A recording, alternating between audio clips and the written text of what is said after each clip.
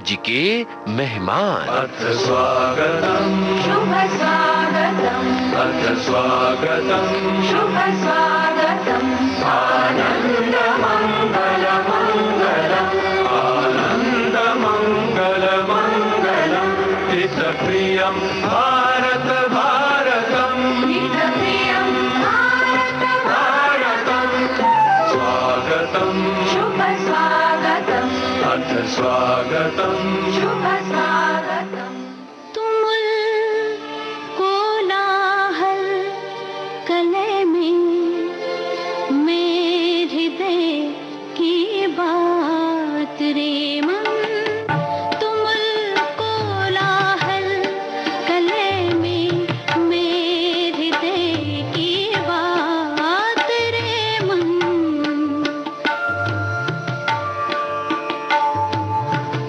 विकल होकर नित्य चंचल विकल होकर नित्य चंचल खोजती जब नींद के पल विकल होकर नित्य चंचल खोजती जब नींद के पल चेतना थक सी रही चेतना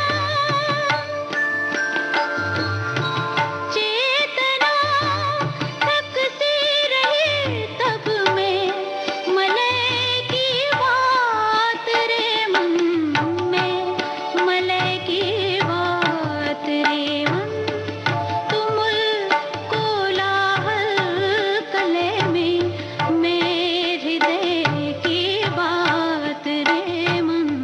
नमस्कार श्रोताओं, आप सोच रहे होंगे कि जयशंकर प्रसाद जी की इन सरस काव्य पंक्तियों से कार्यक्रम का आरंभ क्यों हो रहा है। तो हम आपको बता दें कि इन पंक्तियों को सुनकर हम किसी साहित्य गलियारे में टहल रहे हैं, ऐसा आभास होता है। बिल्कुल सही पहचाना आपने। जी हाँ, आज जिस मेहमान से हम आपको मिलवाने जा रहे हैं वो भी साहित्य अनुरागी हैं। उनका स्वागत करते हुए मुझे दूधनाथ सिंह जी की पुस्तकों पर लिखी कुछ पंक्तियां याद आ रही हैं, जिसे मैं आप सभी के साथ साझा करना चाह रहा हूं। एक किताब तुम्हारे भीतर सदियों से जमा काई को साफ करती है, वो तुम्हें चोट पहुंचाती है, वो तुम्हारा वध करती है। एक किताब तुम्हारी सारी ताकत को निचोड़ लेती है, तुम्हें नया जन्म देती है, तुम जो कोलाहल से घिरे हुए हो। एक किताब तुम्हें सन्नाटे में ले जाती है। एक किताब तुम्हारे शत्रु पैदा करती है। एक किताब तुम्हारे प्रेम और मैत्री को क्षार क्षार करती है। एक किताब तुम्हारे जानने को निरर्थक कर देती है। एक किताब तुम्हें चुप कराती है, एक मौत के दरवाजे पर छोड़ जाती है। एक किताब तुम्हें शताब्दियों तक अंधा बनाती है। किताबें तुम्हारी अंतर्मेधा के समक्ष शक्ति प्रदर्शन हैं, युद्ध अभ्यास हैं जो अक्सर हमला बोल देती हैं। आइए स्वागत करते हैं सुप्रसिद्ध हिंदी साहित्यकार सूर्य बालाजी का, जिन्होंने उपन्यास, कहानी और व्यंग्य विधाओं में विपुल लेखन किया है।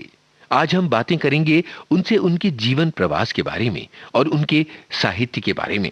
तो स्वागत करते हैं स्टूडियो में सूर्य बालाजी का। सूर्य बालाजी, बहुत बहुत स्वागत है आपका। बहुत अच्छा लग रहा है आपका स्वागत, धन्यवाद। सूर्य बालाजी, मेरा बड़ा मन है कि मैं आपको सीधे बचपन में ले चलूं और फिर वहां से हम धीरे धीरे कदम बढ़ाते हुए आगे बढ़ें। ये तो बहुत अच्छी बात है, आप हमें मेमोरी लेन में ले चलिए पहले। बिल्कुल, तो चलिए बनारस चलते हैं। बताइए जरा। बताइए, आप हमारी जन्मभूमि में ले चल रहे हैं।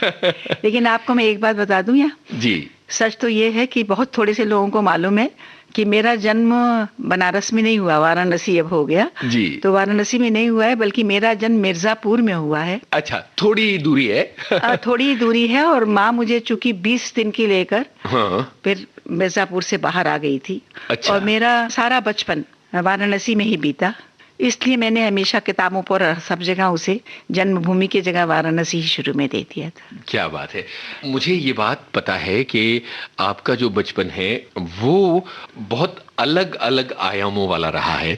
उसमें से एक आयाम जो है वो कविता का आयाम रहा है, जिसमें तुकबंदी में बातें करने वाला बचपन रहा है। मुझे उसके बारे में बताइए, वो कैसे शुरू हुआ था? ये तो आपने बड़ी खुफियागिरी की। मैं आपको बताती हूँ, सचमुच मैं बचपन में अव्वल दर्जे की नकचढ़ी और बहुत ही पैरोडी बनाने वाली और चिढ़ाने वाली। लेकिन एक बात थी कि बचपन में ही मेरे अंदर एक सतर्कता रहती थी कि किसी का मन न दुखे, सब लोग खूब हंसें। तो मुझे याद है कि बिल्कुल बचपन में अपनी बड़ी छोटी बहनों की, जो मैं कहती हूँ कि शायद व्यंग्य, हास्य व्यंग्य का वो वहीं से प्रारंभ हुआ हो। और उसके बाद आप को ये आश्चर्य होगा कि स्कूल में मैं अपनी अध्यापिकाओं की भी नकल करती थी। अच्छा। और आराम से एक अध्यापिका की नकल दूसरी अध्यापिका के सामने करती थी, बिना अक्सर किसी लोग खतरे की आशंका के। बिल्कुल नहीं, मुझे आराम से टीचर बुलाया करती, सूर्यबाला इधर इधर आओ, तो मैं आ गई। जी सिस्टर, हम लोग सिस्टर कहते थे बचपन में। कोई जरा प्रमिला जी की नकल करके बताओ तो वो कैसे हिंदी पढ़ाती हैं। तो मैं करती थी और प्रमिला जी को अच्छी तरह पता होता था। कुछ याद है आपको तो अभी हमारे साथ शेयर कीजिए थोड़ा। नहीं, बहुत बड़ी हो गई। अच्छा, ये भी बताइए कि आपका नाम किसने रखा था?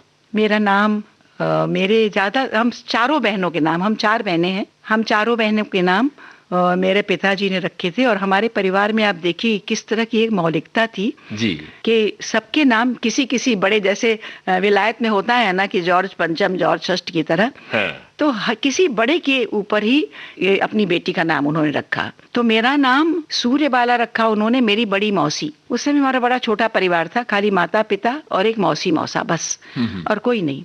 तो पिताजी के नाम पर मेरी सबसे बड़ी बहन, जो 3 वर्ष पहले नहीं रही, वीरबाला वर्मा, वो भी लिखती थी कविताएं भी और बहुत अच्छी कहानियां भी। फिर माँ का नाम था केशर कुमारी, उनके नाम पर केशर बाला, उसे छोटी बहन, और मेरा नाम सूर्यबाला रखा गया। मेरे मौसा और मौसी दोनों का नाम था सूर्य बिहारी लाल या सूर्य कुमारी, तो उनके ऊपर मेरा नाम मेरे पिताजी ने रखा था सूर्यबाला। क्या बात है। और आपने उस नाम को सार्थक किया है अपनी लेखनी के ओज के जरिए, तो ये बड़ी अच्छी बात है। मैं ना कुछ तुक सुनना चाहता हूँ, जो आप बचपन में जो कविताएं बनाया करती थी, तुकबंदी वाली। बचपन में भी मैं 2 तरह की कविताएं बनाया करती थी जी। एक तो इस तरह की अवसादी किस्म की आप कह सकते हैं। अच्छा। ये बड़ी विचित्र एक कॉन्ट्रडिक्शन था मेरे व्यक्तित्व में बचपन से, कि एक तरफ तो बहुत ही गंभीर किस्म की कविताएं लिखती थी और दूसरी तरफ ये पैरोडीबाजी चलती थी। तो एक तो मैं आपको गंभीर किस्म की बता देती हूँ, कुछ 4 पंक्तियां। अर्चना का एक यह अधिकार भी रहने न दोगे। वाह। चित्र था वह या प्रलय की रंग भरी अभिव्यंजना थी, तूलिका ही रंगमय होकर निजत्व मिटा चुकी थी। क्या बात है। इसके बाद कुछ याद नहीं आ रही, थोड़ी सी कुछ लाइनें थी कि मिट गए सब रंग क्या, आकार भी रहने न दोगे। क्या बात है, बहुत ही छायावादी शैली की रचना है। या बिल्कुल ठीक समझे कि उस समय प्रसाद जी, महादेवी जी, तो हम अनिवार्यतः जो लिखेंगे वो कहीं न कहीं नीर भरी दुख की बदली नहीं, जैसा नीर होगा। भरी दुख की बदली। ये नीर भरी दुख की बदली तो मैं अपनी सारी उत्तर पुस्तिकाओं के आवरण पे लिख दिया करती थी। ये भी बता दूं कि कविताएं उतनी अच्छी नहीं होती थी, लेकिन मेरा पूरा ध्यान तुक पर रहता था कि छंद बराबर होने चाहिए। वो मात्राएं ऊपर नीचे, मात्राएं मैंने पढ़ी नहीं थी कहीं। किसी ने सिखाया हो? नहीं, किसी ने नहीं सिखाया। और माता जी का कोई असर? मेरे पिता शौकिया शायरी करते थे, बहुत अच्छी तो मैं नहीं कहूंगी, वो भी मैं कहूंगी उस समय आप मैथिली शरण गुप्त कह दीजिए, बाद में भारतेंदु हरिश्चंद्र कह दीजिए, लेकिन पिता शौकिया शायरी करते थे और बड़ी संजीदी किस्म की करते थे। तो वो स्वतंत्रता प्राप्ति के समय उन्होंने बहुत अच्छे बनाए थे शेर, जिस तरह से जैसे उठो हिंद वालों हुआ है सवेरा, इस किस्म का। मैं बहुत छोटी थी, 3-4 वर्ष की, इसलिए उसके बाद का कुछ याद नहीं है। तो आपको तुक का बिल्कुल बराबर ध्यान रहता था कि ये मीटर बिल्कुल सही होना चाहिए। हाँ, मुझे जरा भी वो उससे अलग की कविताएं, मुझे बेतुकी कविताएं लगती थी, तो इसका मुझे बहुत। और एक मेरा शौक था, आपको अभी बता दूं, जो शायद मैंने किसी को नहीं बताया जी, कि बचपन में मुझे जो कविताएं बहुत अच्छी लगती थी, तो ये मैं 6ठी 7वीं, या आप समझिए कि और भी छोटी थी, क्योंकि 6ठी क्लास से तो मैंने पढ़ना शुरू किया। मैं 5वीं तक नहीं पढ़ी हूँ, कहीं कुछ नहीं, लोअर केजी, अपर केजी और पहली से लेकर 5वीं तक कुछ नहीं, सीधे 6ठी। सीधे 6ठी। मेरे पिता शिक्षा विभाग मतलब में थे। पहली बॉल पर ही 6। तो इसलिए ये ऐसा था कि मुझे जब 6ठी में मेरा एडमिशन कराया गया उस समय, तो मुझे याद है कि मेरे पिता शिक्षा विभाग में थे, तो मेरी उस समय ये एडमिशन वगैरह का ऐसी कोई समस्या नहीं हुआ करती थी।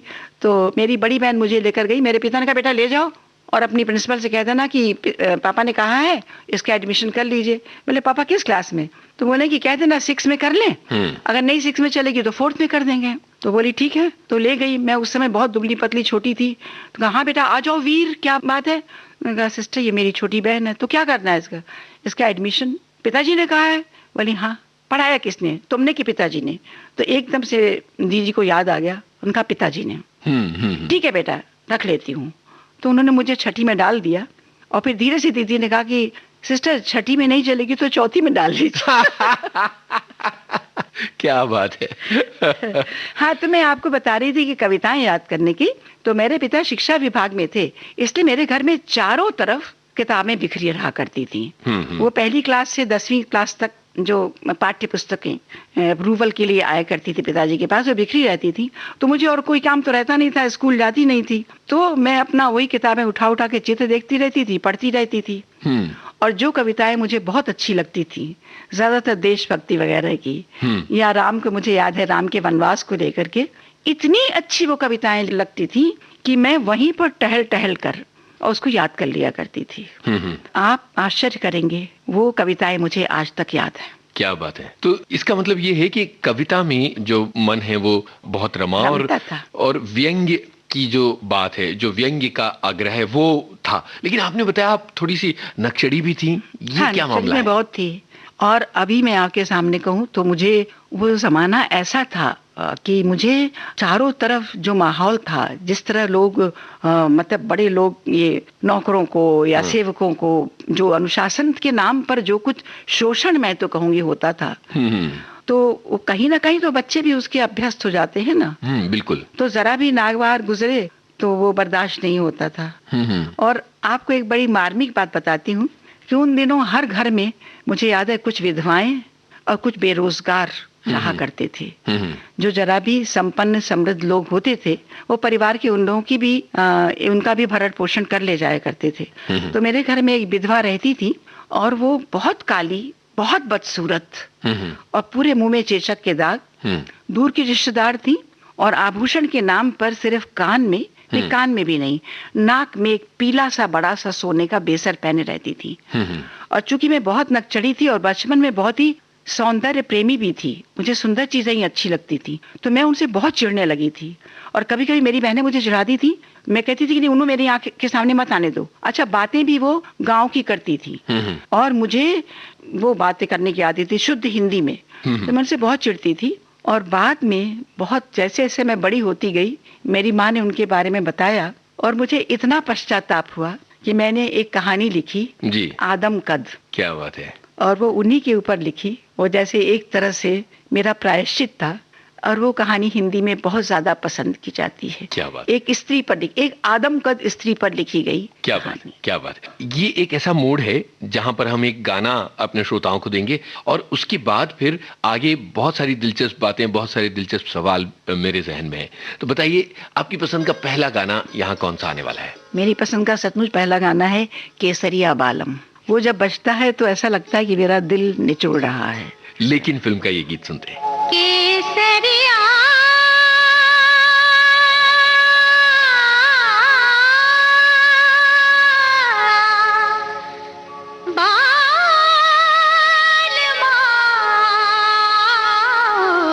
जी कि तुमसे लागे नैन रे के तुमसे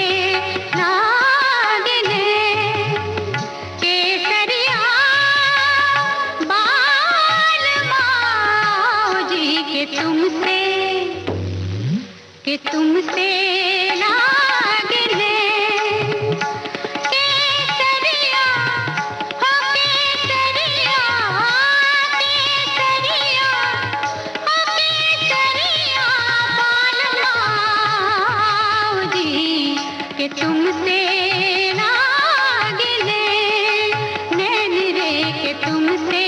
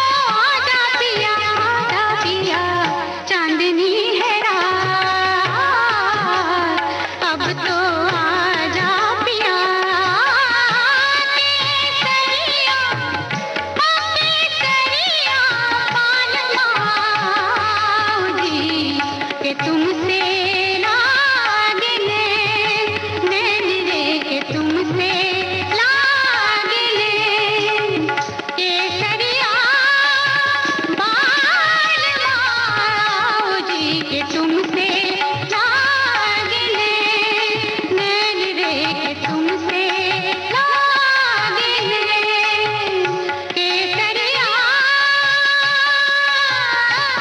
बचपन की कुछ बातें हुई जिनसे ये समझ में आया कि तुकबंदी और कविताई शुरू हो गई थी, पैरोडी शुरू हो गई थी, और काफी सारी चीजें आप ऑब्जर्व कर रही थी, देख रही थी, घर परिवार जी, को, स्कूल जी, में, सब चीजें। जी। कविताएं किसी को दिखाई जाती थी या चुपचाप डायरी में दबा ली जाती थी?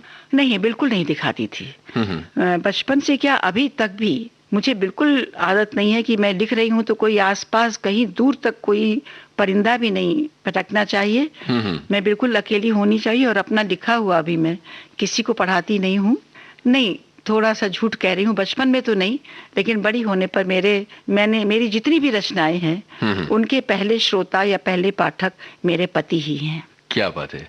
लेकिन बचपन में एक संकोच रहा? बहुत ज्यादा। अच्छा, तो फिर ये बात दुनिया के सामने कैसे आई कि आप चुपके चुपके लिख रही हैं? ये बात इस तरह आई कि बचपन में बच्चे सब मित्र वगैरह चले गए, बच्चे खेल कर चले गए, और मैं अपने नौकर का इंतजार कर रही थी कि वो आए, मुझे ले जाए। तो कुछ शामें वैसे भी बहुत उदास होती हैं, सूनी होती हैं, कुछ अजीब तरह की अनुभूति होती है शाम में जी। तो उस सन्नाटी शाम में अकेले ही घूमते घूमते मैंने देखा कुछ एक अजीब तरह की अनुभूति कि अंदर कुछ रच रहा है। और मैंने देखा कि धीरे धीरे उसमें मजा आने लगा मुझे। कुछ पंक्तियां बन रही हैं, वो पहला अनुभव था, पहली अनुभूति। और फिर मैंने देखा कि ये 4-4 स्टैंजा की एक कविता बन गई। मैं कविता जानती नहीं थी क्या होती है, और मुझे मजा आने लगा। जब मैं ऊपर आई तो मैंने अपनी बड़ी बहनों से कहा कि ये देखो मैंने ये लिखी है। तब बहुत छोटी थी, छिपाने और बताने की से भी छोटी। तो उन्होंने क्या, मैंने जब उन्हें बताई वो कविता लाइनें, तो उन्होंने कहा अरे तो कविता हो गई। क्या बात है। चलो चलो इसे लिख लेते हैं। तो मैंने नहीं, बहनों ने लिखी वो कविता। और लिखने के बाद उन्होंने सोचा, घर में एक पत्रिका आया करती थी उन दिनों, प्रयाग से ही प्रकाशित होती थी, संगम। तो उन्होंने कहा इसे संगम की बाबा जी की क्यारी में भेजते हैं। अच्छा। तो उन्होंने बाबा जी की क्यारी में भेज दी। वो कब छपी या कब नहीं छपी पता नहीं, लेकिन बाद में ये पता चला कि उस प्रयाग से छपने वाली संगम पत्रिका के सह संपादक भी डॉक्टर धर्मवीर भारती थे उस समय। अरे गजब, क्या बात है। जिन्होंने बाद में धर्मयुग में मेरी पहली व्यंग्य रचना और दूसरी कहानी प्रकाशित की। अब ना मैं आपकी पहली कहानी पर आना चाहता हूँ। कविता से कहानी की तरफ कैसे संक्रमण हुआ? कविता से कहा, उस समय देखिए कुछ समझ तो थी नहीं, कोई महत्वाकांक्षा थी नहीं, मन में आ रहा है हम लिख रहे हैं। तो ऐसा हुआ कि कभी कभी शायद अंदर एक एहसास होता है कि सब कुछ कविता में नहीं आ पा रहा है, और भी बहुत कुछ कहना है। और एक बात ये भी है आपको बताऊं कि मैं आज में प्रकाशित होती थी, और आज में भी बाल संसद के माध्यम से वो मैंने स्वयं भेजी थी कविता। और भैया जी बनारसी थे और श्री मोहन लाल गुप्त, उन दिनों के बहुत अच्छे हास्य व्यंग्यकार। तो उनके पास मैंने बाल संसद के लिए कविता चुपचाप भेज दी, घर में बिना किसी को बताए, और उन्होंने प्रकाशित की। फिर उन्होंने मेरा पता देखा तो मुझे अपने घर बुलाया, और वो मेरे घर के पास ही कहीं रहते थे। तो उन्होंने मुझे बताया कि तुम मेरे घर आके किताबें ले जाया करो, मेरे घर इतनी किताबें हैं और तुम पढ़ा करो। और मेरे बारे में थोड़ा बहुत पूछा तो उन्हें पता चला कि मेरे पिता नहीं हैं। तब तक उनका स्वर्गवास तब तक हाँ, मेरे पिता नहीं रहे थे, क्योंकि मैंने रचना भेजी थी जब मैं शायद 10वीं 11वीं में थी, और मेरे पिता जब मैं 6ठी में थी तभी नहीं रहे थे। तो उसके बाद का हमारा बचपन बिल्कुल अलग था। जी जी। तो दादा हम उन्हें कहते थे, मोहनलाल गुप्त को, उन्होंने बहुत ममता दी मुझे, बहुत स्नेह दिया, और तरह तरह की किताबें दी। उस समय मुझे फणीश्वरनाथ रेणु की किताबें, अन्ना कैरेनिना, ये सभी देते थे। और उन्होंने मुझसे कभी कहा कि कहानियां भी लिखो। उन्हें कहीं लगा कि कहानियों का पारिश्रमिक ज्यादा होता है, कविताओं का बहुत कम। और ऐसे भी मैं गद्य लिखती तो थी ही, तो इस तरह मैं कहानियां भी लिखने लगी। और हाँ, स्कूल के दिनों में भी मैंने स्कूल की मैगजीन के लिए जब था कि कहानियां या कविताएं लिखो, तो मैंने एक आध कहानी स्कूल की मैगजीन में भी दी थी। मतलब कहानियां लिखना उस समय शुरू हो चुका था, और जीवन का एक संघर्ष था जब पिता नहीं रहे और जीवन बदल गया। हाँ, जीवन बहुत ज्यादा बदल गया था। ऊपर ऊपर हम वैसे ही दिखते थे, जी जी, लेकिन अंदर अंदर हम बहुत अलग हो गए थे। और मुझे याद है कि चूंकि मेरी माँ चाहती थी कि मेरे बच्चे जरा भी पिता की कमी न महसूस हो और उन्हें किसी तरह का अभाव भी न महसूस हो, तो हम सब अपने अंदर किसी अभाव के न होने का अभिनय करते थे कि हमें भूख भी नहीं लगी है, हमें कुछ खाना भी नहीं है यहाँ तक, और माँ ही एक तरह से सब कुछ जान समझ लिया करती थी, और हमारे कोई रिश्तेदार भी नहीं थे, चाचा मामा कोई नहीं। तो हम 4 बेटियां और एक छोटा भाई, और माँ ही अकेली देख रही थी। और यहाँ एक बात मैं आपको जरूर बताऊंगी कि बचपन में हम 4 बहनें थे, और हम एक तरह से हम बिल्कुल अति सामान्य मध्य वर्ग के थे। लेकिन एक तो मेरे माता पिता की सौंदर्य भावना, एस्थेटिक बहुत जबरदस्त था। हमारे घर में कोई सस्ते किस्म का कैलेंडर या कोई इधर उधर की चीजें नहीं हुआ करती थी। और दूसरी चीज ये थी कि हमारे माता पिता ने हम 4 बेटियों को बिल्कुल शहजादियों की तरह पाला था। क्या बात है। हमें 1 मिनट के लिए भी कभी ये नहीं महसूस होता था कि हम लड़कियां हैं। मुझे याद है कि एक बार मैं अपनी गली में बाहर निकली थी, तो किसी ने पूछा कि अच्छा वो फलाने आ गए यहाँ। हमने कहा हाँ। अच्छा आप लोग तुमकी बेटी हो? हमने कहा हाँ। कितनी? हमने कहा 4। अरे बाप रे बाप, 4 सिल। डिप्टी साहब कहा जाते थे पिताजी को उनके थे, तो बाप रे बाप। मुझे पहली बार लगा कि मैंने अपने अम्मा बाबूजी के मुंह से तो कभी भी नहीं सुना ये क्या कह रही है। लेकिन मेरे माता पिता ने ना, तो मुझे कभी मेरी माँ ने ये कहा होगा कि तुम्हें दूसरे घर जाना है। जी जी, ये वाक्य कभी नहीं सुना। ये बात कभी नहीं सुना मैंने अपनी माँ से कि सिलाई और कढ़ाई और बुनाई भी सीखो, नहीं। मुझे लग रहा है कि ये एक बहुत महत्वपूर्ण बिंदु है जिसे लोगों को बताना चाहिए, क्योंकि पूरे देश में और देश के पार लोग हमें सुन रहे हैं। और आज भी अफसोस के साथ कहना पड़ता है कि घरों में इतनी उन्नत जमाने में 21वीं सदी में माएं अपनी लड़कियों के पैरों में बेड़ियां बांधे रहती हैं। बिल्कुल बिल्कुल। ये उस जमाने की बात कर रहे हैं जब भारत तकरीबन आजाद हुआ था। जी हाँ, आज से 50 वर्ष पहले की बात तो मैं कर ही सकती हूँ। बिल्कुल। तो और तब बिल्कुल इस तरह का कोई बंधन नहीं था, और पूरी उन्मुक्त हवा में आप लोग पल बढ़ रहे थे। और ऐसा भी नहीं था कि मेरी माँ कोई बहुत ज्यादा पढ़ी लिखी जी उस किस्म की थी, लेकिन हाँ अंग्रेजी भी जानती थी और फारसी भी जानती थी। क्या बात। और मुझे याद है कि मेरे नुक्कड़ का चूड़ी वाला अपना खत पढ़वाने के लिए मेरी माँ के पास आया करता क्या था। बात है, क्या बात है। इससे पूरा एक परिदृश्य देखिए किस तरह से हमारे सामने खड़ा हो गया। हमें लग रहा है कि हम उस गली में हैं, उस पूरे मोहल्ले में हैं, और वो पूरा एक दृश्य सामने उपस्थित हो जाता है। अब मुझे लगता है कि ये जान लिया जाए कि साहित्य की वृहत्तर दुनिया के संपर्क में किस तरह से आप आई, और किस तरह से फिर कहानियां लिखने का सिलसिला और कहानी की पहली कामयाबी आपने चखी। ये भी बहुत दिलचस्प है। देखिए, मैं तो बनारस में वो कर रही थी अपनी, मैं बनारसी मुंह से निकलता है क्योंकि मैं वाराणसी में रही नहीं हूँ, बनारस में नहीं हूँ। तो वहाँ जब मैं पीएचडी कर चुकी, पीएचडी के लिए एनरोल हुई थी, तभी मेरा विवाह हो गया। और विवाह हो गया तो वो तो उस जमाने का एक परंपरागत थोड़ा पूरा माहौल था, और मैं बिल्कुल शहर में रही हुई और एक बहुत छोटी परिवार की थी, और वहाँ बहुत बड़ा परिवार गाँव से जुड़ा हुआ और संयुक्त परिवार था। तो उस समय तो लिखने पढ़ने का कोई सवाल ही नहीं था। उसके पहले मैं काफी छप चुकी थी आज में, और आज में मैं आपको बताऊं कि मैं किशोरावस्था में ही दादा मेरी रचनाएं वयस्क पृष्ठों पर छापने लगे थे। तो उसके बाद एक अंतराल पड़ा 7-8 वर्षों का, 6-7 वर्षों का पड़ा होगा। लेकिन उसके बाद मैं अलीगढ़ आई, और अलीगढ़ में जब मैंने अपनी गृहस्थी बसाई, उस समय मैं सारी पत्रिकाएं लेने लगी, धर्मयुग, सारिका, ये साप्ताहिक हिंदुस्तान वगैरह। और उसमें सारिका में निर्गुण जी की एक प्रेम कहानी थी, और निर्गुण जी की प्रेम कहानी पर मैंने एक बड़ी मजेदार पैरोडीनिमा प्रतिक्रिया लिखी और संपादक कमलेश्वर को भेज दिया, और भूल गई, लिखकर भूल गई। आप महसूस करते होंगे जब आप लिख लीजिए तो आप लिख के हल्के हो जाते हैं, फिर वो कहाँ गई चीज पता नहीं। 2-3 महीने बाद मेरे पति ऑफिस से लौटे और बोले कि ये खत तुम्हारा, और वो कमलेश्वर जी का पत्र था। और उसमें उन्होंने सिर्फ 4-5 पंक्तियां लिखी थी कि आपका पत्र मिला और आपकी प्रतिक्रिया देखी। उस प्रतिक्रिया का नाम था यादों की चेन में बरसात की रात का एक लॉकेट। क्या बात है। व्यंग्य प्रतिक्रिया थी, निर्गुण जी की प्रेम कहानी थी। और सूर्यबाला जी, मैंने आपकी ये रचना पढ़ी, इसमें निहित व्यंग्य को देखा, और मुझे लगा कि यदि आप नियमित रूप से लिखें तो हिंदी को आपसे कुछ बहुत महत्वपूर्ण रचनाएं मिल सकती हैं। ये मैं कमलेश्वर के वाक्य कोट कर रही हूँ आपके सामने। और इस पत्र ने मेरे लिए जादू की छड़ी का काम किया। बिल्कुल। जबकि उन्होंने ये भी लिखा था बिल्कुल स्पष्टता पूर्वक कि आप लिखें और अपनी कुछ कहानियां मुझे पढ़ने के लिए भिजवाएं।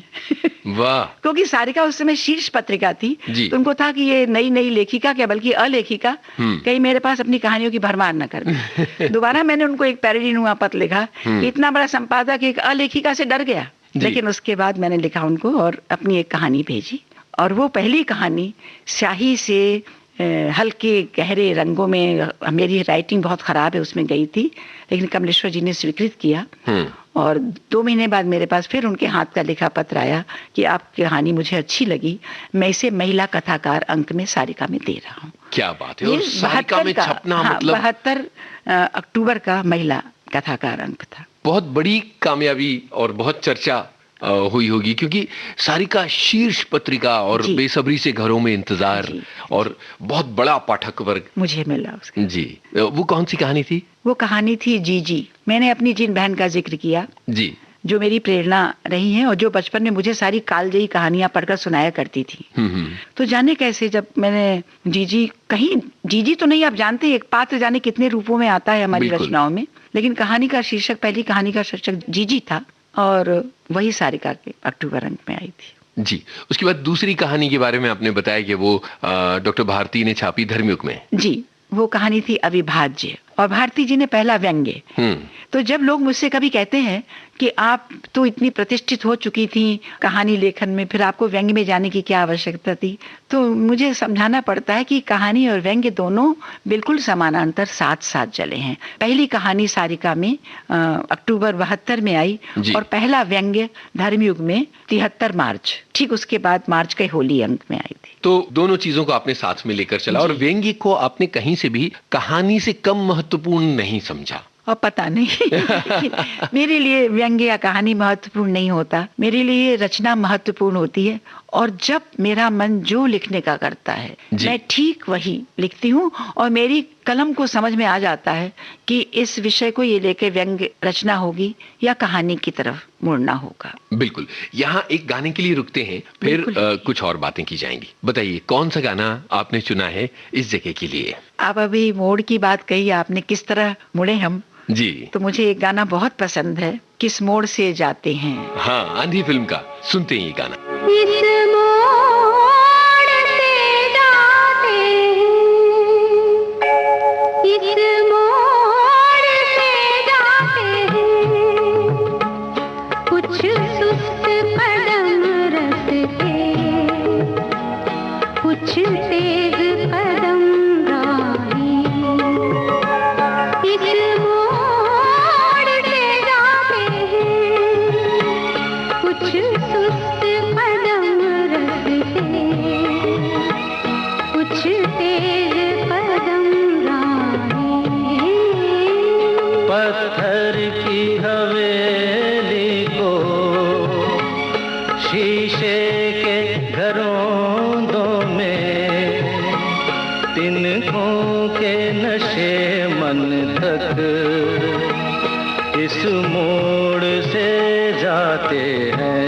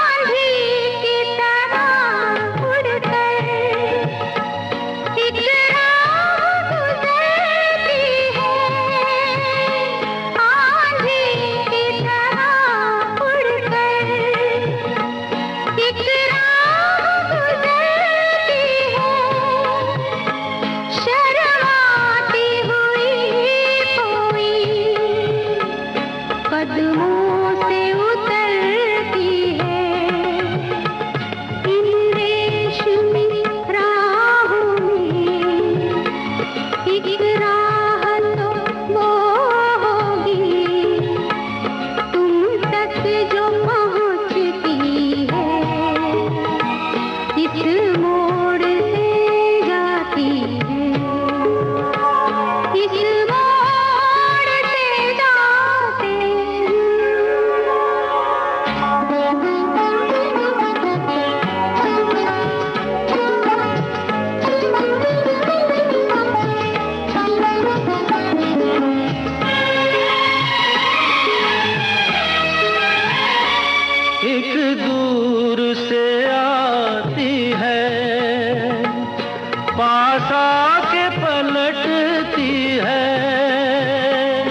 एक दूर से आती है, पास आके पलटती है, एक राह अकेली सी, रुकती है ना चलती है। ये सोच के बैठी हूँ, एक राह तो वो होगी, तुम तक जो पहुँचती है, इस मोड़ से जाते हैं, इस मोड़ से जाते हैं, कुछ सुस्त कदम रखते, कुछ तेज कदम राहें।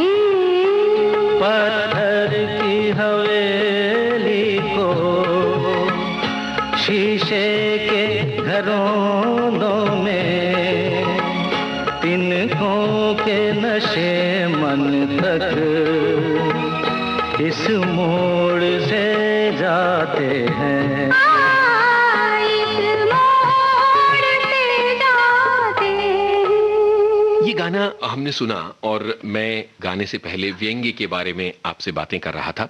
व्यंग्य एक बहुत ही नाजुक विधा है जिसे बरतना और जिसे एक सही संतुलन देना जी। बहुत महत्वपूर्ण है। जी। आज हम जिस जमाने में जी रहे हैं, व्यंग्य और चुटकुले का भेद पूरी तरह से खत्म हो गया है। बिल्कुल ठीक। बहुत गंभीरता से आपने लंबे समय से व्यंग्य रचनाएं की हैं। आप बताइए कि साहित्य ने व्यंग्य के साथ किस तरह का बर्ताव किया है? क्या इसे सौतेला बर्ताव कहा जाना चाहिए? देखिए, मैं नहीं मानूंगी किसे सौतेला व्यवहार, क्योंकि मैं ये सोचती हूँ कि कोई किसी के साथ सौतेला व्यवहार क्यों करेगा। हालांकि ये बात सच है जो आप कह रहे हैं कि इन दिनों समीक्षाओं को लेकर के या आलोचना को लेकर के प्रश्न उठाए जा रहे हैं, लेकिन जहाँ तक व्यंग्य का सवाल है, हाँ, आप प्रारंभ में कह सकते हैं बिल्कुल। जब परसाई जी, शरद जी या श्री लाल शुक्ल ने इन्होंने लिखना प्रारंभ किया था तो कुछ ऐसा था कि व्यंग्य को एक शूद्र विधा तक कहा गया था, और परसाई जैसे लेखक ने भी उसे एक स्पिरिट के तौर पर ही माना था। जैसे व्यंग्य को एक विधा मानने से भी लोग कतराते थे, जबकि मैंने बहुत प्रारंभ से ही इस माने में मेरी दृष्टि बहुत साफ रही है कि मैंने व्यंग्य को विधा ही माना है। उस व्यंग्य को जिसे कि इस जो कहते हैं शरद जी या परसाई जी के समय में उन लोगों ने जो विस्तार, जो परिधि और जो स्तर दिया व्यंग्य को, उसे लेकर के तो मैंने हमेशा माना कि व्यंग्य एक विधा रही है। और व्यंग्य को इन्होंने एक बड़ा गंभीर जो कहते हैं रूप दिया, और ये मानती हूँ कि उस समय व्यंग्य को लेकर इस तरह का गंभीर समीक्षाएं नहीं आई। लेकिन अगर आप श्री लाल शुक्ल के राग दरबारी को देखिए जी, एक कालजयी रचना, तो एक कालजयी रचना सामने आई और उसे लेकर के तो बहुत चर्चित और बहुत पुरस्कार भी मिले उसे। और उसे ये ठीक है कि जब तक समीक्षकों ने सोचा कि इसे ये व्यंग्य उपन्यास माना जाए या कि उपन्यास माना जाए या क्या माना जाए, तब तक पाठक अपना निर्णय दे चुका था। बिल्कुल। और पाठकों ने उस उपन्यास को इतना पसंद किया था कि वो एक तरह सर्वोत्तम कृतियों में राग दरबारी गिना गया। बिल्कुल। तो कहीं पर अन्याय हुआ व्यंग्य के साथ, लेकिन मैं ये कहूंगी कि जिस तरह से व्यंग्य फिर आगे बढ़ा, उतनी गंभीरता के साथ उतना गंभीर विकास मैं नहीं मानती कि हो पाया व्यंग्य का। अभी भी इन दिनों कुछ बहुत अच्छी रचनाएं आ रही हैं, लेकिन उसके साथ साथ कुछ एक बड़ा घालमेल का सा माहौल है जिसमें कि अधकचरा भी खप रहा है, अच्छा भी खप रहा है। तो उसमें सामान्य को और उत्कृष्ट को अलग अलग कर पाने वाला काम जो है वो नहीं हो रहा है। तो इसमें हम आलोचकों को बहुत ज्यादा उन पर हम उन पर बहुत ज्यादा आरोप नहीं लगा सकते हैं, क्योंकि उनके सामने हर समीक्षक के लिए सब कुछ पढ़ पाना बहुत मुश्किल होता है। हम थोड़ा उस तरफ चले तो, और स्तंभ के नाम पर व्यंग्य में जो कुछ चला तो ऐसा लगा कि हम थोड़ा सा शॉर्टकट अपनाया जा रहा है। आपने स्वयं जैसे चुटकुला कहा है। जी जी। तो ये थोड़े से कंफ्यूजन की सी स्थिति रही साहित्य में। लेकिन जो गंभीर व्यंग्य आए, नए बहुत अच्छे व्यंग्यकार आ गए हैं, तो इस समय मैं किसी एक दो का नाम नहीं लूंगी जी। क्योंकि उसमें जिनको आप उस समय भूल जाइए उनके प्रति मन में बड़ा क्लेश होता है। व्यंग्य की बातें हुई और कहानियों की तरफ वापस मुड़ना चाहता हूँ। जिस समय आपने छपना शुरू किया, या ये कहें कि धर्मयुग और सारिका और इन पत्रिकाओं में आपकी शुरुआती कहानियां आनी और चर्चित होनी शुरू हुई, वो नई कहानी का बहुत धमाकेदार दौर था, जहां नई कहानी की त्रयी जो है बहुत तेजी के साथ काम कर रही थी और कहानी एक नया चोगा पहनकर अपने रास्ते पर आगे बढ़ रही थी। आपने अपनी कहानियों की एक धारा रखी है जिस पर आप बहुत दृढ़ता के साथ चलती रही हैं, इसके बारे में मुझे बताइए। पहले आप मुझे ये बताइए कि आप कौन सी धारा की आपने क्योंकि हम जो लिखते हैं वो उतना महत्वपूर्ण नहीं है, वो जिस रूप में मेरे पाठक के पास जाता है वो ज्यादा महत्वपूर्ण है। तो आप क्या सोचते हैं? आपने अपनी कहानी का कहानीपन कायम रखा है, उसकी सहजता को कायम रखा है, किसी भी तरह के किसी आंदोलन या वाद के चक्कर में आप नहीं पड़ी हैं। आपने अपना रास्ता बिल्कुल नहीं छोड़ा, आप बिल्कुल साफ था कि आप क्या कहना चाहती हैं, किस तरह से कहना चाहती हैं। शायद इसलिए जो लोग एक तरह से एक चीज कहते हैं ना कि इग्नोरेंस इज ब्लिस, तो मेरे साथ कुछ ऐसा था। और प्रारंभ से ही मुझे याद है जब मैं छोटी थी तो कभी कभी दाम्पत्य कुंठा और इन सब तरह की चीजें सुना करती थी, तो मेरे अंतर्मन में कहीं आया था कि मैं दाम्पत्य कुंठा की रचनाएं नहीं लिखूंगी। मैं जीवन में जुड़ाव और जीवन में पॉजिटिविटी और सकारात्मकता और जीवन में जो कुछ बहुत बहुमूल्य है उसकी बात ही क्यों न की जाए। शायद इसका स्रोत आप मान सकते हैं कि हमारा परिवार जो था वो बहुत संस्कारित परिवार था और एक बड़ा अनूठा परिवार था, बहुत इस तरह का कि एक महामोही परिवार आप कह सकते हैं। और मुझे अभी भी लगता है कि जीवन में मोहबंध रिलेशंस ये बहुत ही अनिवार्य होते हैं और आपके जीवन को बहुत समृद्ध करते हैं। और इनसे होकर अगर ईमानदार रचनाएं लिखी जाएं जो कि मनुष्य के अंदर के मनुष्य को समृद्ध करे। क्या बात है। और आजकल जो ये बहुत ज्यादा, मैं बहुत पुरानी साबित हो सकती हूँ, ये विवाह के अलग लिव इन आप कह सकते हैं दूसरी बातें होती हैं। तो मैं हमेशा पहली बात तो ये कहती हूँ कि पहले जब हम किसी चीज को तोड़ने की बात करते हैं तो पहले हमें उसका विकल्प सामने लाना चाहिए। क्या हम विवाह संस्था का कोई बेहतर विकल्प ढूंढ पाए अभी तक? मैंने पिछले वर्षों बहुत समय बिताया है विदेशों में और मैंने देखा है कि विकसित देशों के समाज का और व्यक्ति का क्या हाल है, क्या स्थिति है, कितना अकेला, कितना एकाकी और कुंठित हो गया है वहां का व्यक्ति। और इस मनुष्य को इस स्थिति से उबारने के लिए सबसे बड़ी जरूरत उन मोह बंधों की और उन रिश्तों की और संबंधों और की परिवार की है। एक बड़ी दिलचस्प बात याद आ गई, वो इसलिए क्योंकि आपने दाम्पत्य की बात की तो मुझे आपकी वो कहानी याद आई जिसमें एक पति जो है वो ज्यादा प्रतिक्रिया भोजन के बारे में कुछ ज्यादा देता नहीं है और पत्नी जो है वो बहुत परेशान हो जाती है और बाद में जी हाँ, एक स्त्री के कारनामे। जी एक स्त्री के कारनामे। जी। तो आप किसी विषय को बाकायदा उसमें से व्यंग्य भी उभारती हैं, उसमें आप कमेंट भी करती हैं, उस स्थिति को उजागर करते हुए, मजे लेते हुए आप कहानी को अंत तक पहुंचाती हैं। लेकिन आपको ये भी याद होगा जी कि उसका बहुत अवसादी अंत है।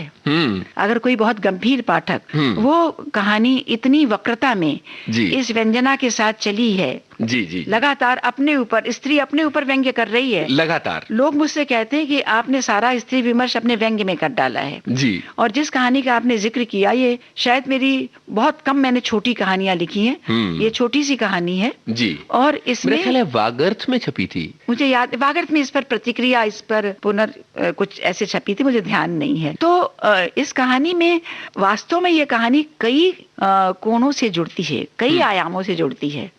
एक स्त्री से जुड़ती है, एक उस स्थिति से जुड़ती है जबकि एक स्त्री के पास सब कुछ है लेकिन उसके पास एक संवेदनशील स्त्री।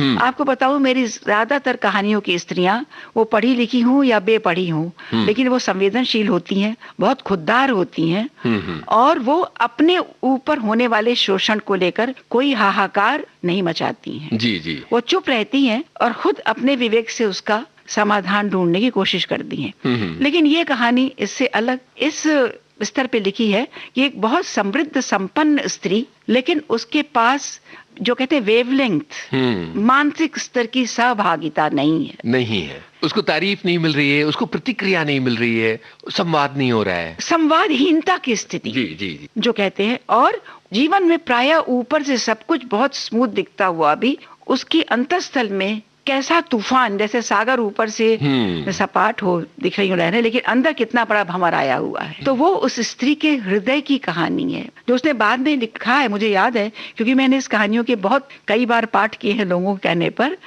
कि कुछ ऐसा हो कि ये अष्ट धातु की मूर्ति टूटे और एक हाड़ मास का जीता जागता आदमी इसमें से निकले। क्या बात है, क्या बात है। यहाँ एक गाना सुनते हैं, फिर आगे की बात करते हैं। गाना में आपको, चलिए एक पुराना ही गाना है, मुझे बहुत पसंद है, उमराव जान, उसका ये गाना है, दिल चीज क्या है आप मेरी जान लीजिए। कहीं ये इस कहानी से भी जुड़ गया है कि दिल तक नहीं कोई पहुंच पाना जी आसान नहीं होता। सुनते हैं शहरयार के बोल खयाम की तरफ। दिल चीज क्या है आप मेरी जान लीजिए,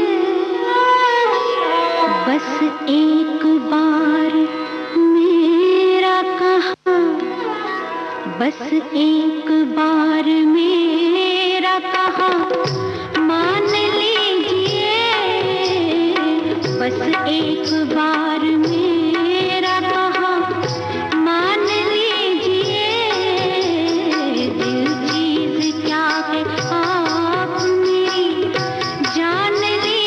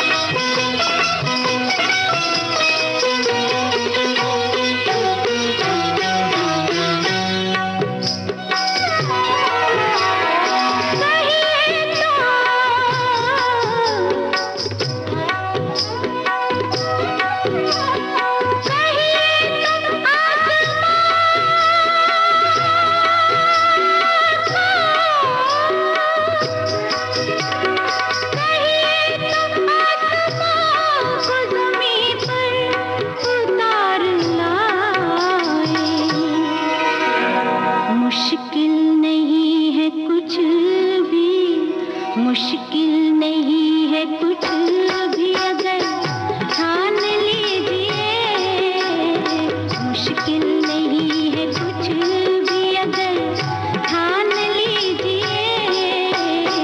दिल चीज क्या है आप मेरी जान लीजिए।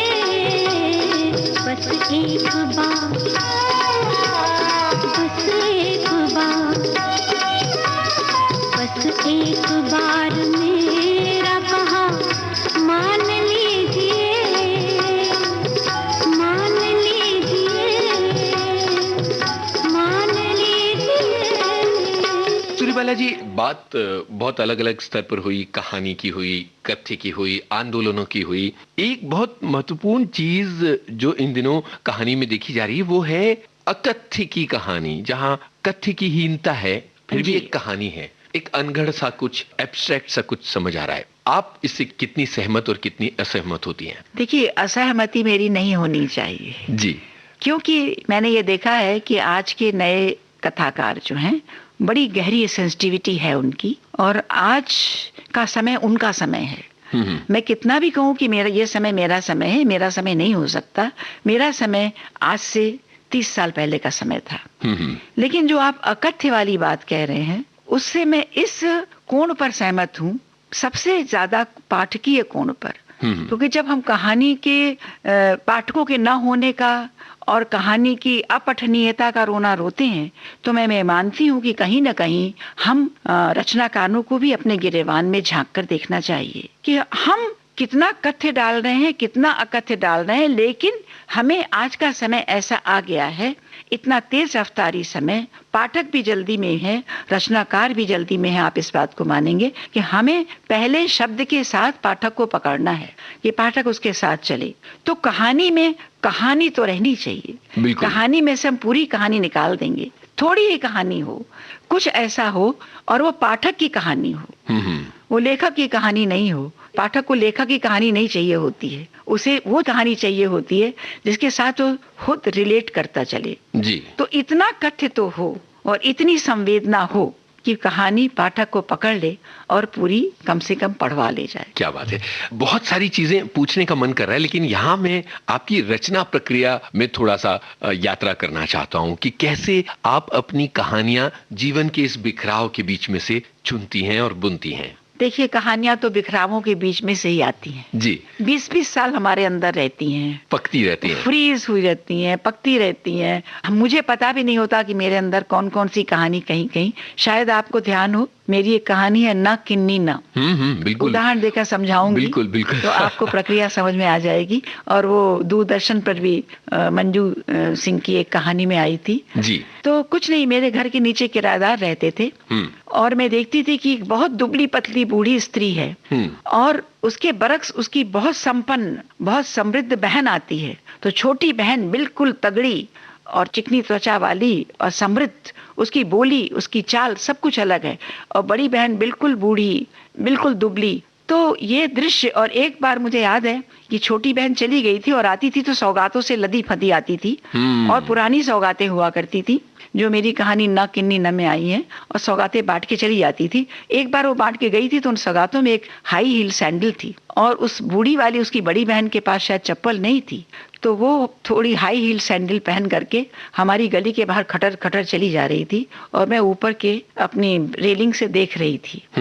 और मुझे कुछ ध्यान में नहीं है, पर वो दृश्य मेरे अंदर फ्रीज हो गया था और वो कम से कम 20 साल बाद धीरे धीरे कब तक रही और वो कहानी न किन्नी न के रूप में सामने आ गई और फिर दृश्य माध्यम में आई। और यही नहीं बल्कि आपकी कई रचनाएं दृश्य माध्यमों तक पहुंची हैं और खुद आपने टेलीविजन के लिए भी लिखा। नहीं, मैंने टेलीविजन के लिए तो ज्यादा नहीं लिखा। मैं अपनी चीजें दे सकती हूँ, दे दिया है, हास्य व्यंग्य भी और कहानियां भी। मेरी एक कहानी और, लाल पलाश के फूल न ला सकूंगा, जी जी, ये कहानी भी आशा पारिक ने दिखाई थी। तो इसमें वही कथ्य की बात इतनी ही है कि संवेदना साथ में जुड़ी रहे और पाठक को कहानी अपने साथ तादाद में पूर्वक ले जाती रहे। क्या बात है। अच्छा, अब मुझे ये बताइए कि उपन्यासों की यात्रा कहाँ से शुरू हुई आपकी?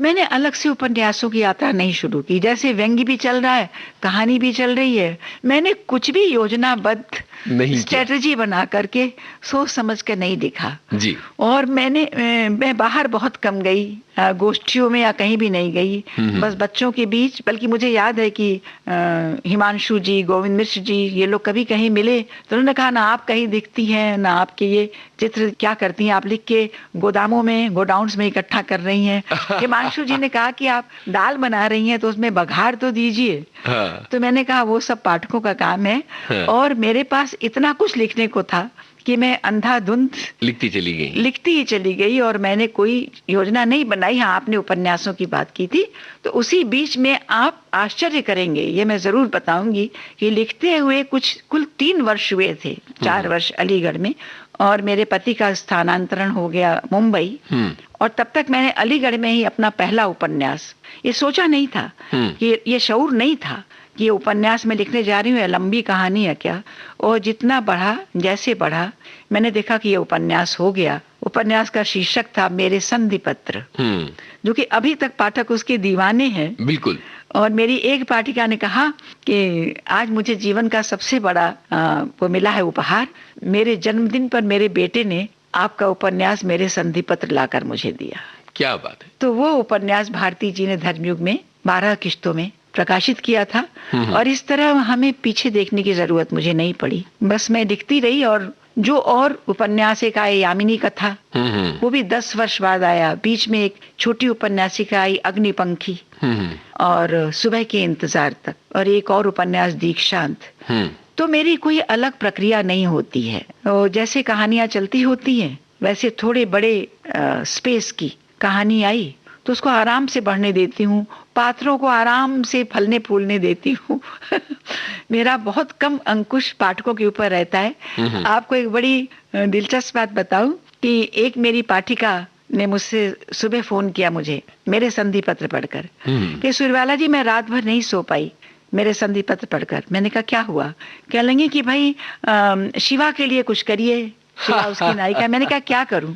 कह लगे या तो उसे आप रत्नेश, वो उसके जीवन में आया हुआ एक व्यक्ति रहता है, उसके साथ जाने दीजिए। तो मैंने कहा, मैंने तो शिवा से बहुत कहा, ये मानी ही नहीं, तो मैं क्या करती।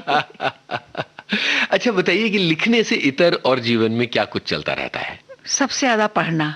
अब लगता है पहले पढ़ने को इतना क्यों नहीं मिला, बच्चे छोटे थे, घर बारी थे, संयुक्त कुटुंब था। लिखना नहीं छोड़ा, लेकिन पढ़ना उतना नहीं हो पाया था। पढ़ना बहुत अच्छा लगता है। नृत्य देखना पहले करना भी बहुत अच्छा लगता था जी। बहुत कुछ पिता के ना रहने से हम नहीं सीख पाए, कर पाए जो मन था। और संगीत, क्या वो लोकगीत हो, वो गजल हो, वो सुगम संगीत हो, या वह शास्त्रीय संगीत हो, मुझे बहुत अच्छा लगता है। सूर्यबाला जी, सबसे अच्छी मुलाकातें वो होती हैं जो अधूरी छूट जाती हैं। सबसे अच्छी बातचीत वो रहती है जिनमें और पूछने की गुंजाइश बनी रहे। ये मुलाकात का और बातचीत का सिलसिला यहीं खत्म किया जाए। आगे फिर कभी मिलकर यहीं से इसी सिरे को पकड़कर और बहुत सारी बातें होंगी।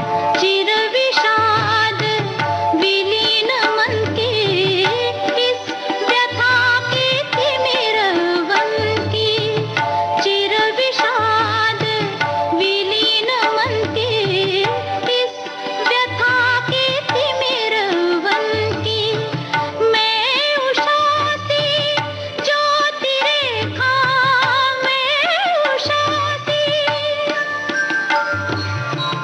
मैं उषा सी ज्योति रेखा, कुसुम विकसित प्रात रे मन, कुसुम विकसित प्रात रे मन, तुमुल कोलाहल कलय में मैं हृदय की बात रे मन।